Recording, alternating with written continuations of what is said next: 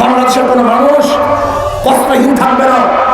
বাংলাদেশের কোনো মানুষ ক্ষুধার তাড়নায় ঢুকে পড়বে না। বাংলাদেশের কোনো মানুষ ক্ষুধার তাড়নায় তার বাচ্চাকে বিক্রি করবে না। বাংলাদেশের কোনো মানুষ ক্ষুধার তাড়নায় পরিবারের সবাইকে নিয়ে আত্মহত্যা করবে না। আমার বাংলাদেশে একজন মানুষও বস্ত্রহীন থাকবে না। চিকিৎসা অভাবে বাংলাদেশে একটা মানুষও মারা যাবে না। যেখানে বাংলাদেশের প্রত্যেক মানুষের অধিকার বিভাগে আজকে হাজারো গরিব মেধাবী সন্তানেরা অর্থের অভাবে উচ্চ শিক্ষায় শিক্ষিত হতে পারছে না। তাদের উচ্চ শিক্ষায় শিক্ষিত করতে হবে। আজকে বাংলাদেশের হাজারো নারীদেরকে ধর্ষণ করার পর হত্যা করা হয়। আমার বাংলাদেশে একটা নারী হত্যা হবে না। আজকে বাংলাদেশের হাজারো নারীদের মুখের মধ্যে চেহারার মধ্যে এসে নিক্ষেপ করে দগ্ধ করা হয়। আমাদের একজন মা বোন অপমানিত হবে না। আজকে বাংলাদেশের কোনো কৃষক, শ্রমিক, মজলুম, তাঁতি, কামার হোক, মজদুর হোক, তাঁতি হোক, সে জেলে হোক, মেতর হোক, সে যেই হোক না কেন, বাংলাদেশের প্রত্যেক নাগরিকের মর্যাদা দিতে হবে এবং প্রত্যেকের জন্য ন্যায় বিচার প্রতিষ্ঠা করতে হবে। কে দল করুক অথবা নাই করুক, ন্যায্য বিচার পাবে। এই স্লোগানের ভিত্তিতে দেশ স্বাধীন করলাম। মানুষ রক্ত দিয়েছে, জীবন দিয়েছে। আপনাদের এলাকার লিডার সেই ভাসানী সাহেব, যিনি স্বাধীনতার আসলে রূপকার ছিলেন, আন্দোলনের রূপকার ছিলেন, যিনি আওয়ামী লীগের প্রতিষ্ঠিত সভাপতি ছিলেন, সেই ভাসানী সাহেব ত্যাগ করেছেন, আপোষ করেন নাই। পাকিস্তানের সাথে আপোষ করেন নাই। আপোষের লিডার ছিলেন, জনদরদি লিডার ছিলেন, মানুষের লিডার ছিলেন ভাসানী সাহেব। ভেবেছিলাম সাম্য, মানবিক মর্যাদা, সামাজিক ন্যায় বিচার প্রতিষ্ঠিত হবে। কিন্তু আমি প্রশ্ন করতে চাই, ৭১ থেকে ২০২৪ পর্যন্ত যারা এই ক্ষমতায় ছিল তারা কি সাম্যতা রক্ষা করতে পারছে? মানবিক মর্যাদা প্রতিষ্ঠিত করতে পারছে? সামাজিক ন্যায় বিচার প্রতিষ্ঠিত করতে পারছে?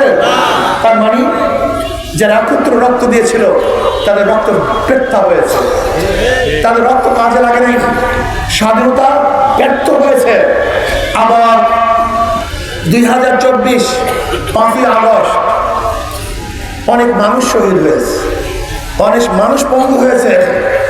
আমাদের জীবনের মায়া ত্যাগ করে রাস্তায় ছিলাম ফ্যাসিস্টকে দূর করার জন্য, সাম্য, মানবিক মর্যাদা, সামাজিক ন্যায় বিচার প্রতিষ্ঠিত করার জন্য, যেখানে বাংলাদেশের টাকা লুটপাট হবে না, মানুষের খেটে খাওয়া অর্থ বিদেশে পাচার হবে না, বাংলাদেশের প্রত্যেক মানুষ আনন্দ চিত্তে বসবাস করবে, বাংলাদেশের কোনো মানুষ বস্ত্রহীন থাকবে না, বাংলাদেশের কোনো মানুষ ক্ষুধার তাড়নায় ঢুকে পড়বে না, বাংলাদেশের কোনো মানুষ ক্ষুধার তাড়নায় তার বাচ্চাকে বিক্রি করবে না, বাংলাদেশের কোনো মানুষ ক্ষুধার তাড়নায় পরিবারের সবাইকে নিয়ে আত্মহত্যা করবে না।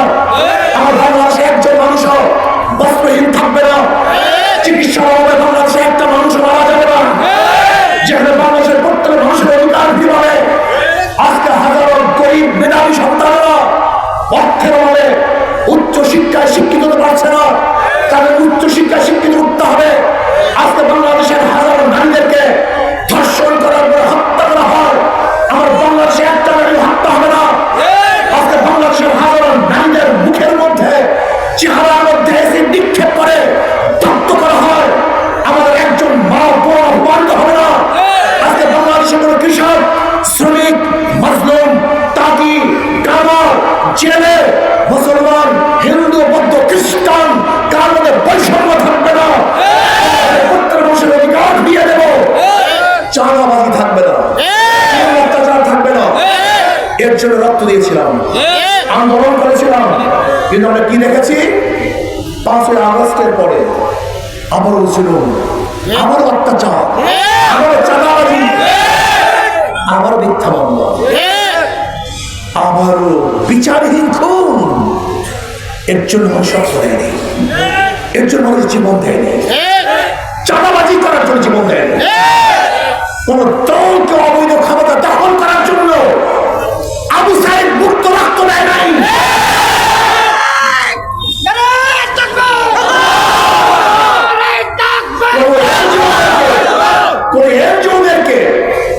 বিদেশি এজেন্ডা বাস্তবায়নের জন্য এদেশের মানুষ পঙ্গু হয় নাই।